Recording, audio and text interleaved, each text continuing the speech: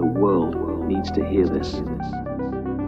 Showing how these reptilian bloodlines in this Chittahooly, this reptilian group, expanded their power across the world. This is what this nonsense is all about.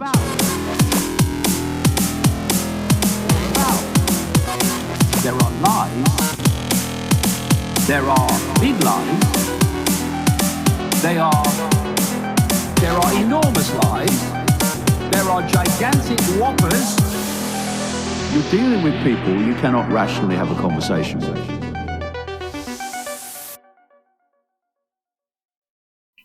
Welcome to Icke Land, the podcast where I, Thomas Robertson, he, him, take you on a journey through the world of British conspiracy theorist David Icke, a self-confessed, tireless campaigner for truth. I started this podcast because of my fascination with David Icke and the strange ecosystem of eccentrics and conspiracy theorists that sprung up around him. Today, I want to talk to you not about David Icke, but a man in the Icke Land ecosystem. A man who has been a fan of David Icke for years and someone who I think you'll agree is a bona fide citizen of Icke Land. A man who, I suspect, seeks to fashion himself in David's own image and provides us the opportunity for a case study of someone in the conspiracy world who has come up under Icke's influence. I'm talking about Mr. Jason Christoff.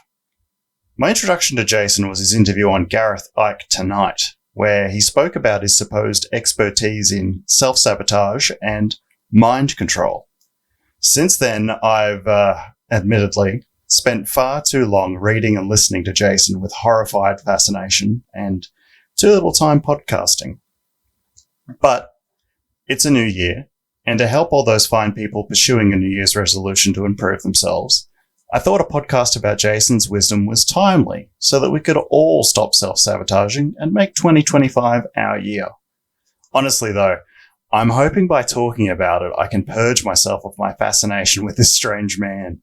There's something about a mind control expert that captured my imagination. What is mind control? Who is doing the mind controlling? How does mind control work? Just how does one become an expert in mind control? This episode we're going to listen to that Gareth Icke interview with Jason that sparked my fascination, and in a subsequent episode, yes, we'll probably be doing at least 2 on Jason, we're going to try and piece together whatever the hell Jason is trying to say by looking at his articles, his podcast, and his other interviews. Without further ado, let's dig in.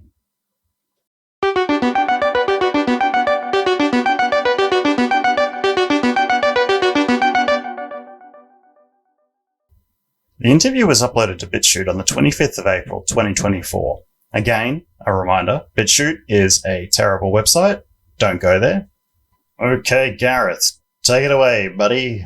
Our next guest runs an international self-sabotage coaching school where students are educated on the subjects of mind control, brainwashing, behavior modification, and psychological manipulation. Jason Christoff believes that the social decay we openly see in our world today has only come about because key players in our society are using this manipulative psychology against us in order to mold our perceptions and therefore the reality we will accept.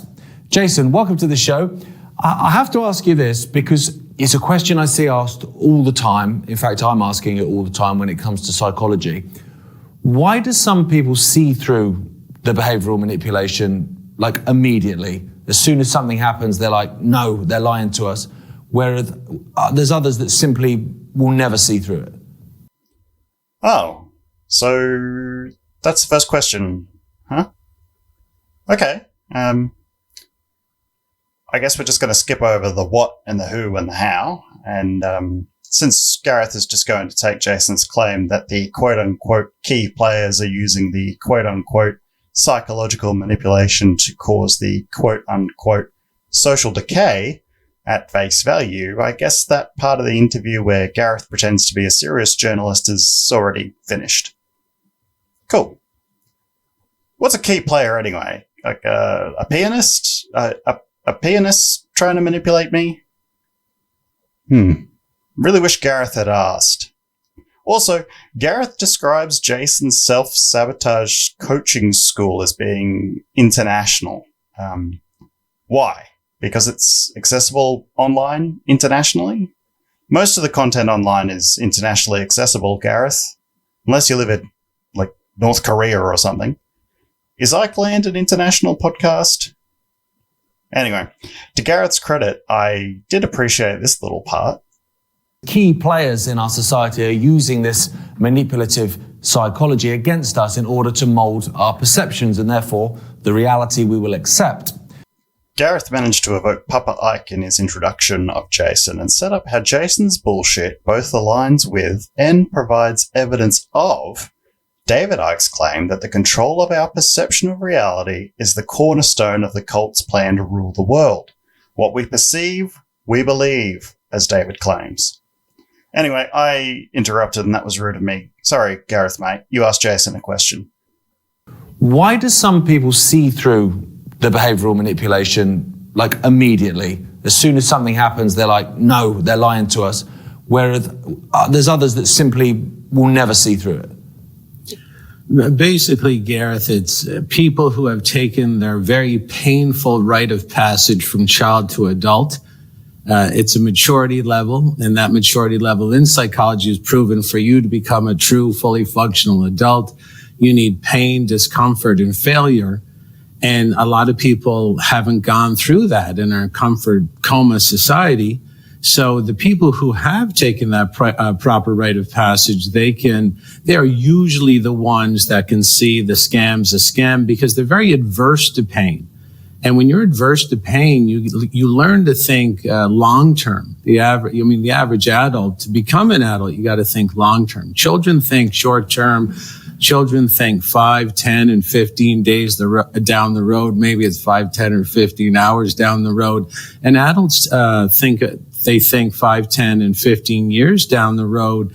So basically, if someone's thinking long term in their full adult capacity, they're going to want to avoid the pain associated with all the scams, the psychological scams that we're seeing today. So anybody that's seen it and will react to it with courage and bravery is just basically a fully functional adult in the way that humans were always designed to be. And our governments know that. That's why they don't allow us to experience pain and failure and discomfort. That's why they're always trying to sedate us and tranquilize us and save us from our pain and make sure if you ran a race in today's high school, everybody gets a participation ribbon, because the guy that finished last, he might mature. He might experience the pain of finishing last and go home and do something about it.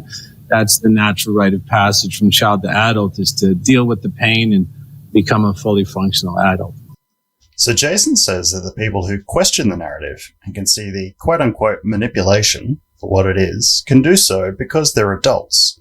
The rest of us, those who don't see the manipulation, are children. The difference between the adults and the children is that the adults have experienced and overcome hardships in life and come out the other side with wisdom and maturity. According to Jason, aversion to pain isn't just your list brain doing its job.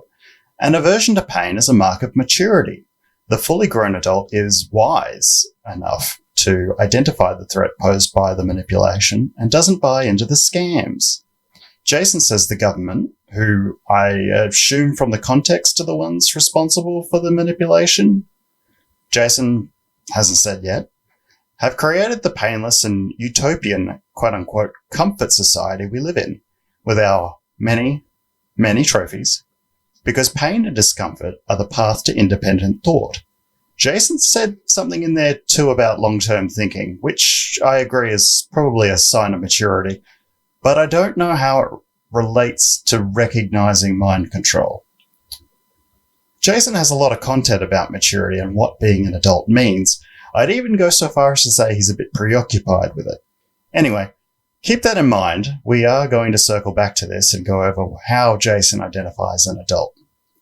Gareth, Jason, gentlemen, as you were. So there is a connection to trauma there, then, basically, because that's something I saw quite a lot through COVID, that actually people that saw through COVID and then people that saw through, the proxy war with NATO and Ukraine and Russia tend to be people that have kind of gone through some hard times.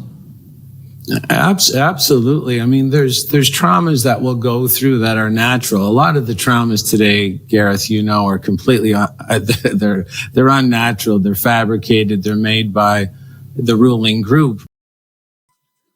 Wait, what? The ruling group is manufacturing trauma. Wouldn't that work at cross purposes with the comfort society you were just explaining? I thought the idea was to keep us immature and too busy dusting our trophies so we don't make any trouble.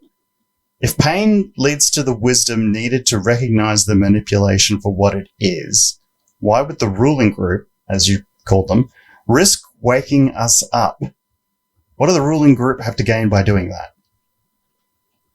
But basically, these trials and tribulations, if we face them in our power, in an unsedated and, untranquilized state, we get this natural maturation where, we're able to run our own lives in an independent and freedom-based way. And obviously today there's that pain threshold. People are experiencing this pain threshold. That's why there's a lot of more people awakening right now, because they've reached their pain threshold. It's unfortunate that's what has to happen. Maybe things will have to get worse to awaken the rest of the crowd up. But this is a natural process that we're seeing act out here on center stage.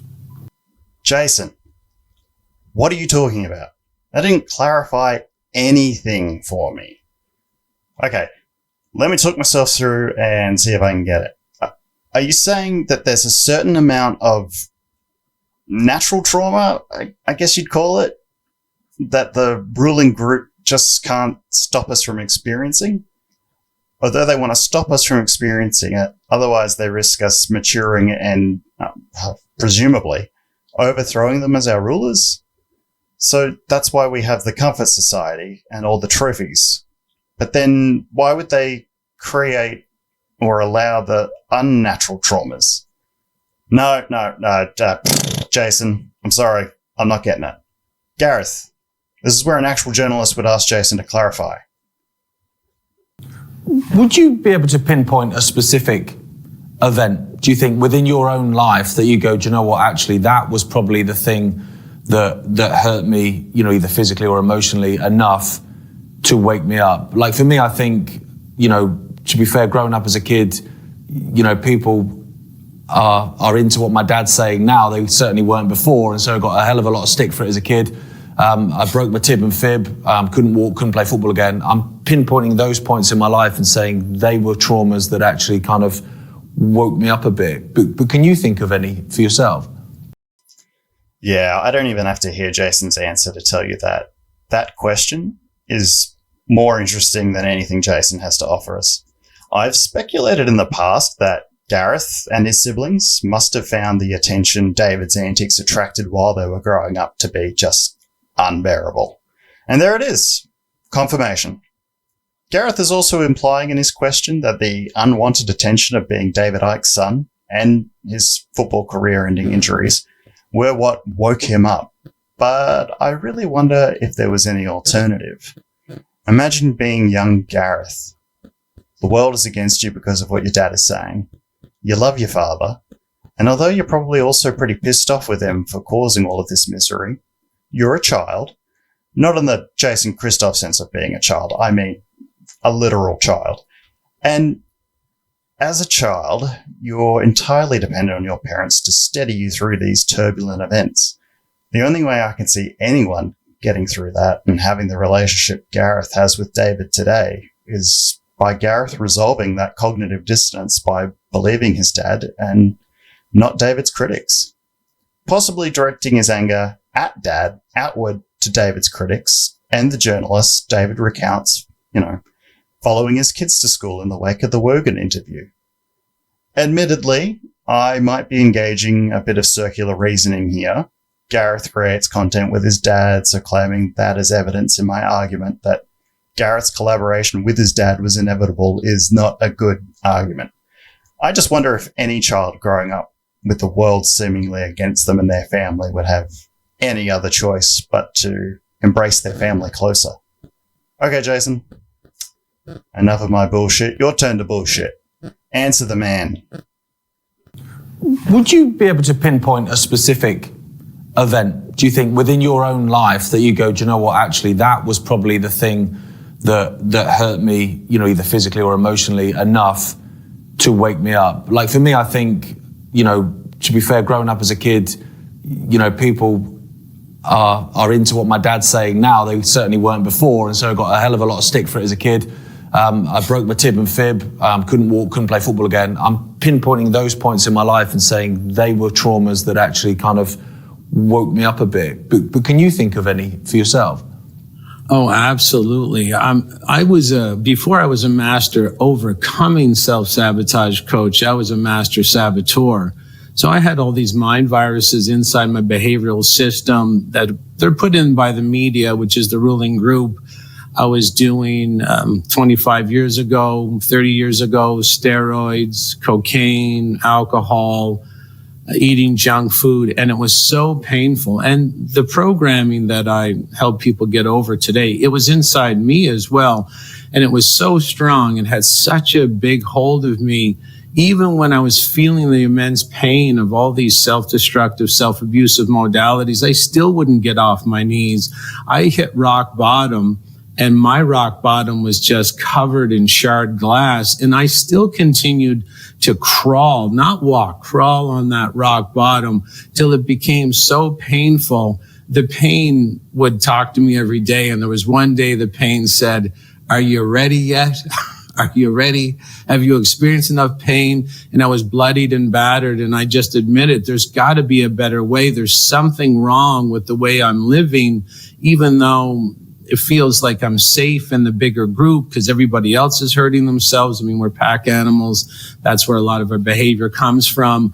And I decided to take that hero's journey away from the crowd, away from the herd, away from the group, and feel the loneliness, which is another layer of pain. That's when I started to really, really wake up. And I used to read books by your dad to help me awaken. And then I found out about, why I was doing cocaine, why I was doing steroids, why I was drinking, why I was eating junk food, why I was in broken relationships.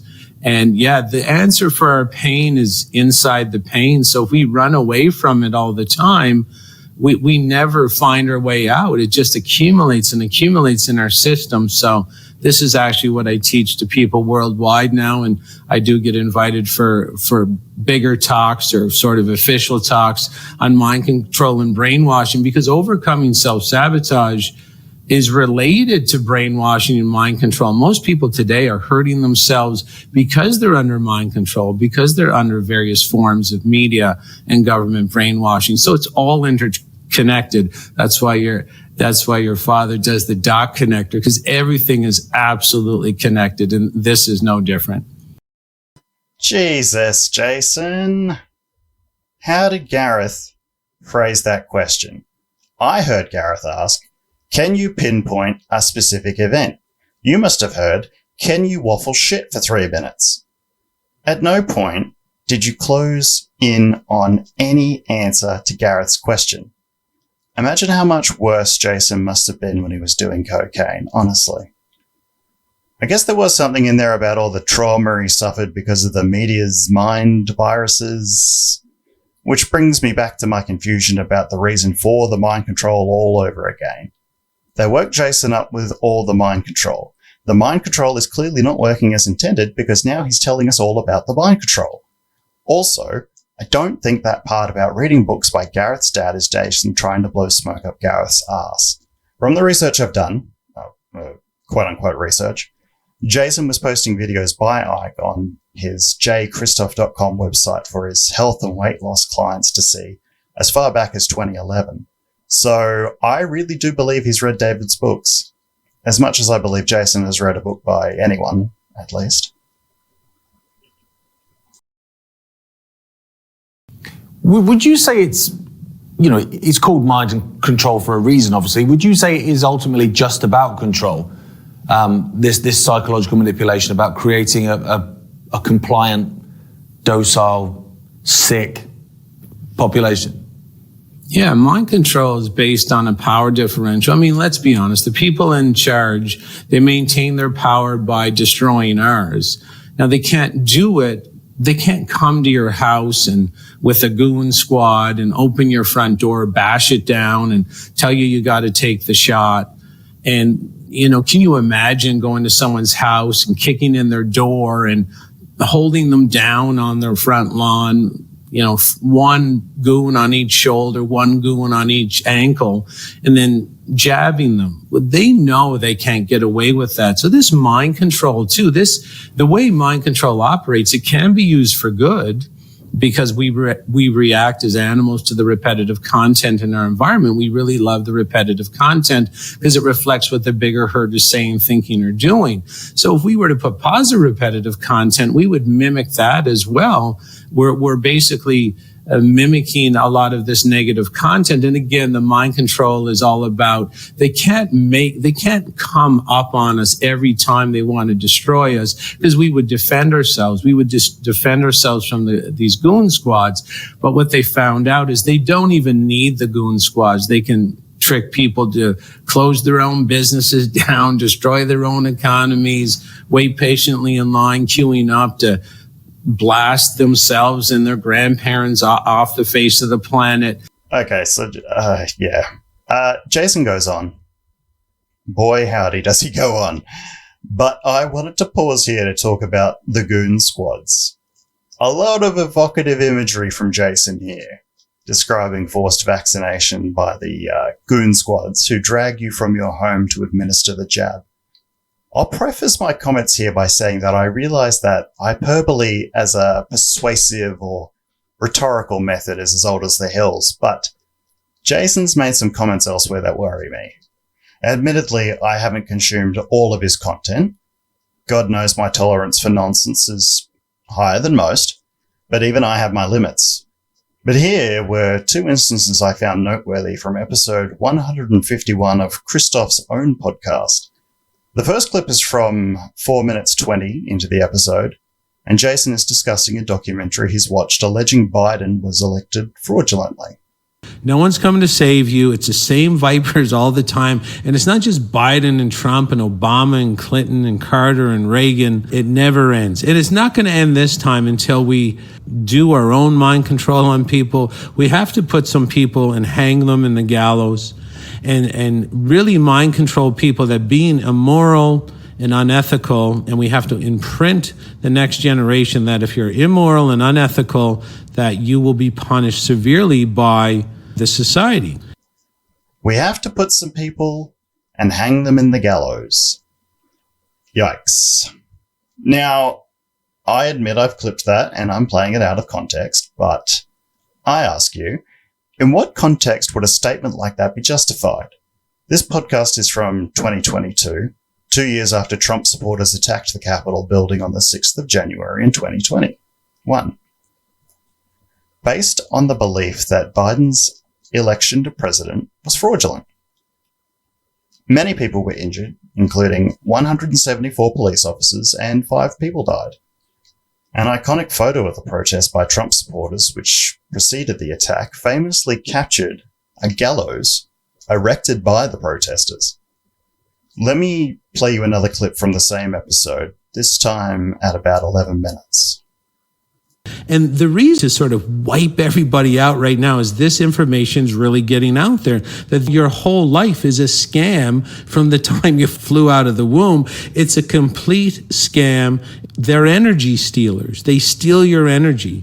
They steal your value inside their black magic energy extraction systems. And this is why these toxic modalities exist, because you can't farm lions. You can only farm lambs.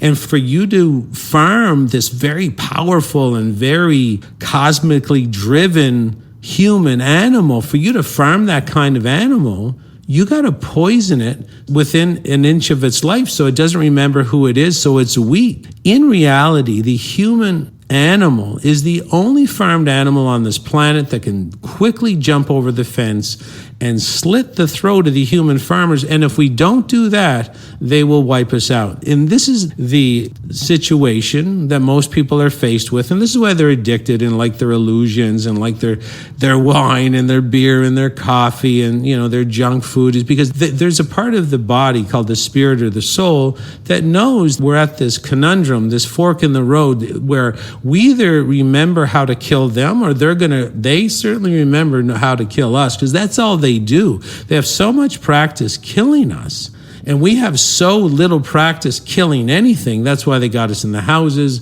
and deliver grocery stores with our meat. We haven't killed anything in so long. We think killing is wrong, but the whole base of government and the whole power structure by which we're ruled is literally based on them killing us and crippling us each and every day. So in the end, they have a lot of practice killing us. We have no practice killing anything. And this gives them definitely the upper hand because they haven't stopped doing this genocide, this democide. Democide is killing by governments. They haven't stopped doing this for thousands of years. Well,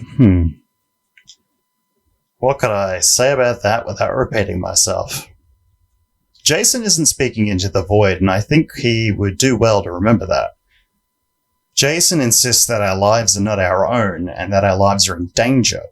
He should be mindful that when he calls for violence, even rhetorically, there's always the risk that someone will heed the call. Let's rejoin Gareth and Jason now, but rewind a bit to talk about how Jason thinks about people.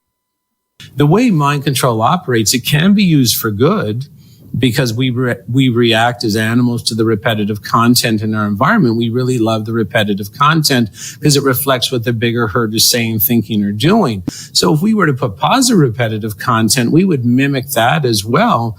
We're basically mimicking a lot of this negative content. And again, the mind control is all about, they can't come up on us every time they want to destroy us, because we would defend ourselves. We would just defend ourselves from these goon squads. But what they found out is they don't even need the goon squads. They can trick people to close their own businesses down, destroy their own economies, wait patiently in line, queuing up to blast themselves and their grandparents off the face of the planet. Jason doesn't seem to think of people as being particularly sophisticated, does he? Sounds like we just bounce around the place with nothing in our heads except the last thing we absorbed, desperately trying not to stand out from the crowd. The interview is nearly over, and Jason hasn't told us anything useful about mind control yet. We don't know the identity of the key players. We don't know their goal. Obviously, the purpose of the mind control is to control us, but to what end? Jason has said that the key players use mind control to convince people to get vaccinated, but he hasn't said why they wanted everyone to get vaccinated or how they convinced us. And speaking of how, Jason hasn't explained anything about the actual mind control techniques besides repetitive content.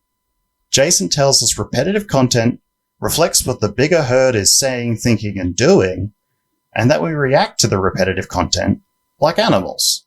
Because Jason isn't explicit, I can only tell you what I think he's saying here.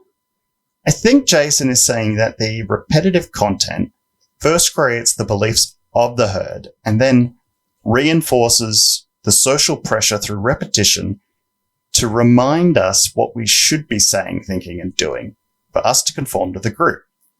Unless you're a grown-up, of course. Grown-ups are above the influence, apparently.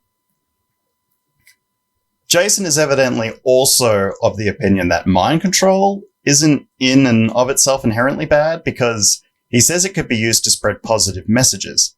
I think Jason misspoke, or if given the chance would clarify that he was only speaking about the mind control technique of using repetitive content specifically and not, mind control. Mind control, depriving someone of their autonomy by manipulating them, possibly without their knowledge, probably without their knowledge, to achieve your own ends sounds bloody evil. And, I think, or I would like to think, that Jason would agree. So in the spirit of trying to understand him, let's assume from the context that Jason doesn't mean mind control, but actually means repetitive content. The thing is, though, All of us already know about using a sustained campaign to influence someone's thoughts and behavior using repetitive content. And we don't call it mind control. We call it advertising. Sometimes we call it propaganda. Both of which, advertising and propaganda, we already use to spread pro-social messaging. That's why so many people got vaccinated to begin with, Jason. It wasn't mind control. It was a public health campaign. If, on the other hand, we take Jason's Goon Squad comments into the mix for consideration, maybe Jason means mind control is the authorities and the state coercing us to behave in a prescribed manner, using the threat of force or sanctions against us, and a campaign of public awareness is a part of that. The thing is that those are just laws, Jason, not mind control. You might think that's wrong, in which case you should explore anarchism, Jason, but you're barking up the wrong tree with this mind control shtick. So far, you're not bringing anything new to the table, and I am pretty underwhelmed by your offering. The good news, it only gets dumber from here. And there's legal benefits to that for the ruling group, because if the Goon Squad were to injure you or kill you, there is legal remedy in the system right now. If someone assaults you, even if they're from the government agencies, you can still hold them to account in the legal system. But if you are tricked through mind control and brainwashing to queue up down at the clinic and you injure your own child or you blast yourself off the planet, there is no legal remedy that you can pursue to bring justice to the situation. So you can see there's multi-pronged benefits in regards to the mind control they're throwing at us that makes us very weak. Jason, what the fuck are you talking about? There is absolutely a legal remedy if you're given a medical treatment or immunization and you suffer injury because of it. It's called a claim of negligence. Okay, let's play Jason's game and say, for argument's sake, that the COVID vaccine is unsafe. The COVID vaccine is safe, but let's just humour Jason for a moment. I can already think of two comparable and very famous cases where pharmaceutical companies were found to be negligent for manufacturing products which injured patients. First, and most famously, thalidomide, which was given to expectant mothers in the late 50s and early 60s to relieve morning sickness and subsequently caused severe birth defects as well as miscarriages. Now, estimates for the number of babies affected range from more than 10,000 to possibly as high as 20,000, 40% of whom died at birth or shortly afterward. An article I read from The Guardian actually stated the death toll to be as high as 80,000. Survivors had shortened limbs, eye, urinary tract, and heart defects, as well as other impacted internal organs. Thalidomide was prescribed in 46 countries, including Canada and the UK. So, Jason and Gareth, this should be on your radar. The manufacturer of thalidomide, and forgive me now, my German pronunciation is not fantastic, Grünenthal has paid settlements to survivors all over the world. Grünenthal haven't paid nearly enough, in my opinion, but they have paid. The second case which springs to mind is the sale of contaminated haemophilia blood products from the early 1980s. Blood plasma products contaminated with HIV and hepatitis C infected thousands of people worldwide with the viruses who received the products as treatment for their haemophilia. The blood plasma products were manufactured from donated blood, and before screening for HIV was routine. Once the blood plasma products were identified as the source of the infection, the sale of contaminated products was halted and new products manufactured using a method of heating the donated plasma to remove any viral contamination. Infamously, one of the manufacturers of these products, Bayer, continued to sell the contaminated products after the danger was known to patients, even continuing to sell the remaining stock of contaminated products from countries where their sale was banned in countries which had not yet outlawed them. Like Grünenthal, the manufacturers and distributors of these products were sued for negligence and compensated survivors through large settlements. Again, this impacted people living in Canada and the UK. Those are just two comparable cases. Two of many, and while victims in both cases may not have received justice, there was a legal remedy, as there would be for people if they were actually injured or had their grandmother blasted off the planet or whatever bullshit Jason is spewing. I find it hard to believe that Jason hasn't heard of either of these very famous cases. Both cases would make fine material were I Jason and looking to craft a cautionary tale about placing blind faith in the, the system or whatever. Don't take the COVID jab, you'll catch AIDS and your grandmother will achieve suborbital flight or something. Whatever, I don't know, we'll workshop it. The point is that this is just moronic. You don't need to be a legal eagle for this to raise your eyebrow. Even if your legal knowledge doesn't extend beyond judge duty, you could smell this as bullshit.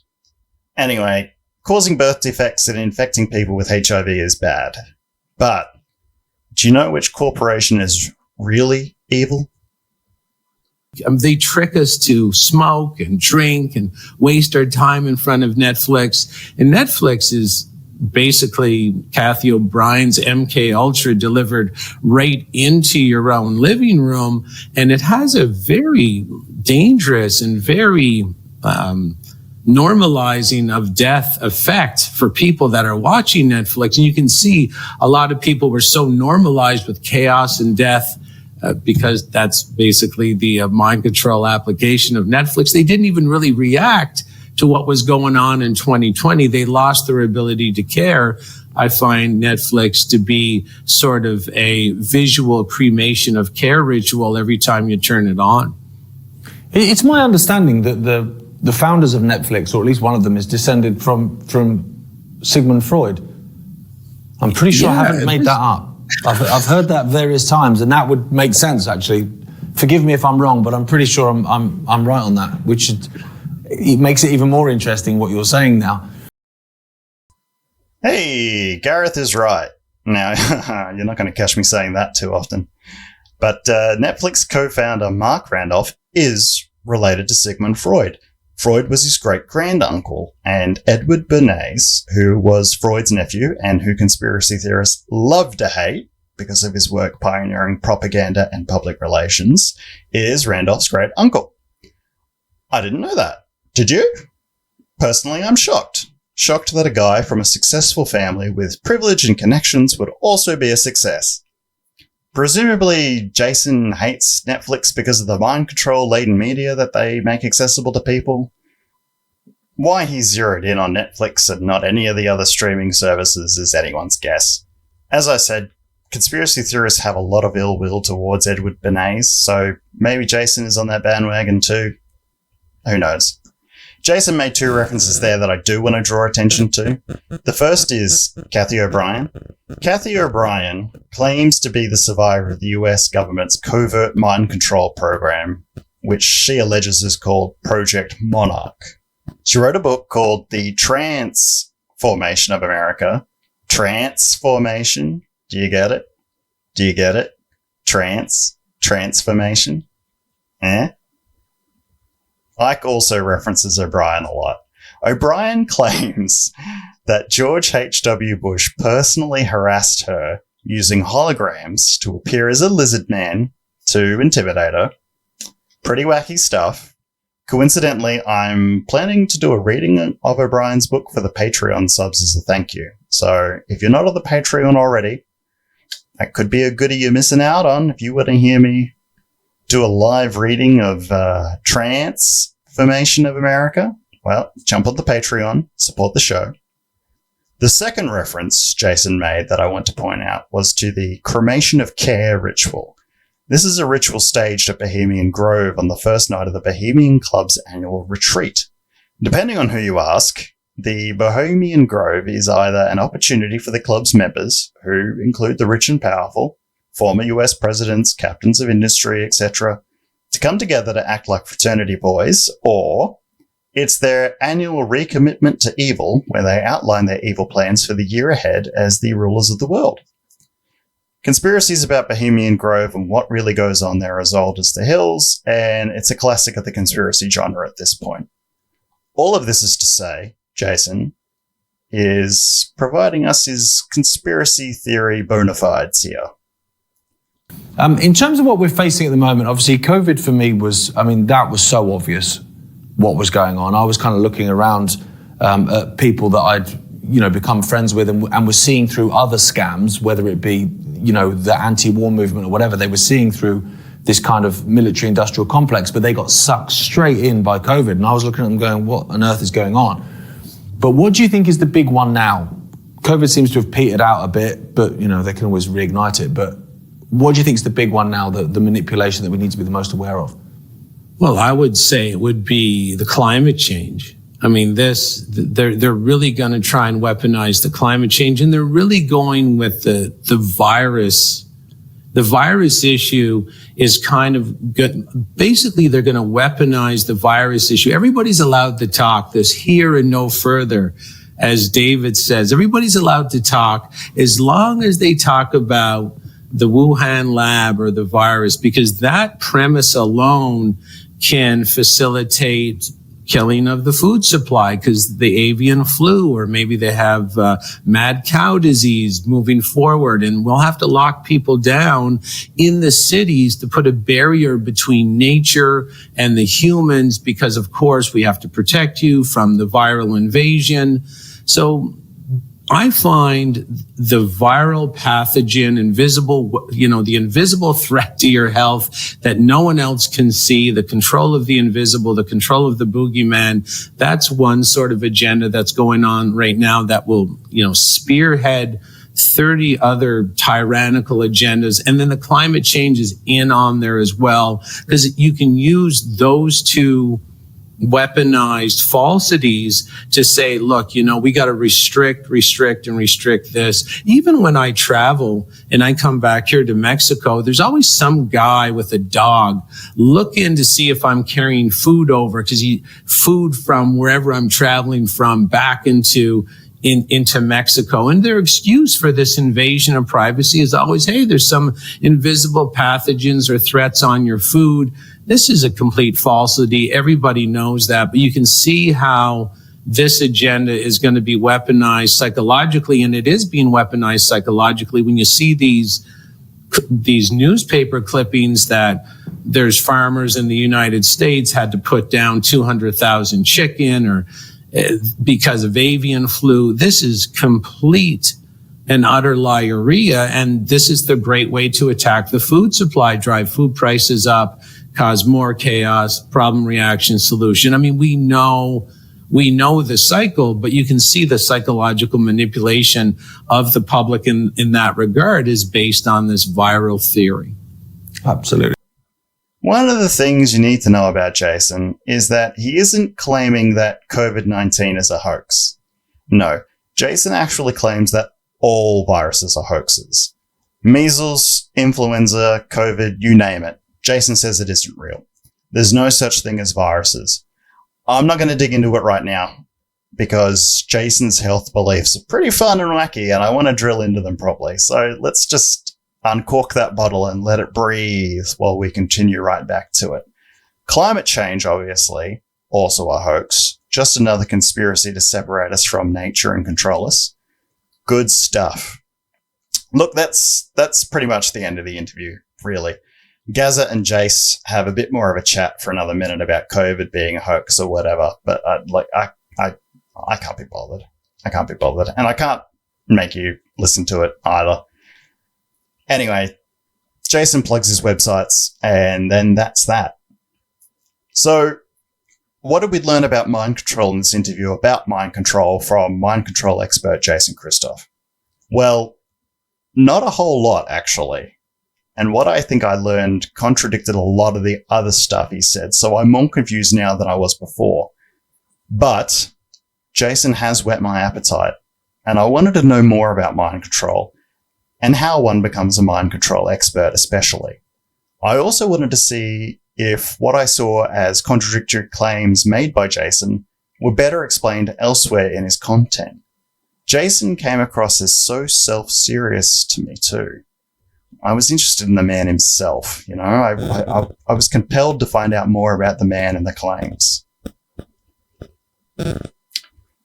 So, I don't know. Maybe this feeling is entirely one-sided, and I might be the only person in the world interested. But after this interview, I was dying to know more about Jason, who he is, and why. Just why? Why mind control? Why? Why? Just why? Just why?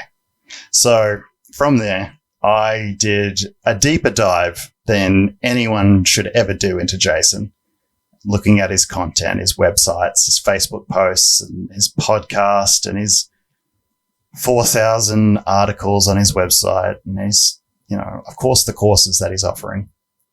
And I was compelled to share. I was just compelled to share with you all. So, we'll leave it with that tease for now. Next time we're going to come back and look at Jason's content. I hope you've enjoyed this. It's good to be back in front of the microphone. If you have any corrections or information for me, corrections are always welcome, by the way. We want to be as accurate as possible. Please contact me at ickelandpodcast@gmail.com. Until next time, stay one step ahead of the mind control and don't let anyone over 30 tell you what to do. Thanks for listening.